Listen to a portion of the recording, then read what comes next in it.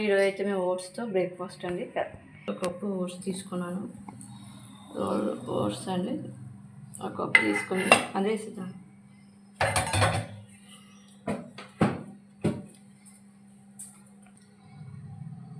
మనైతే farm milk అండి, వేడి కొంచెం గోరొచ్చి మిల్క్ వేసి వస్తున్నాను.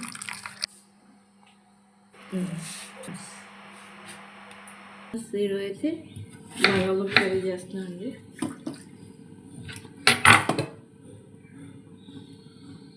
చూడండి అయితే బంగాళదుంప కర్రీ చేస్తున్నానండి. మనం పొటాటోస్ ఏమైనా కట్ చేసేసుకుంటే మరీ చిన్న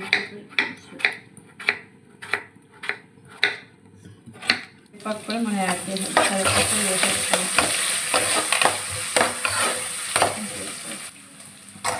బంగాళదుంప అండి వేసేస్తున్నాను.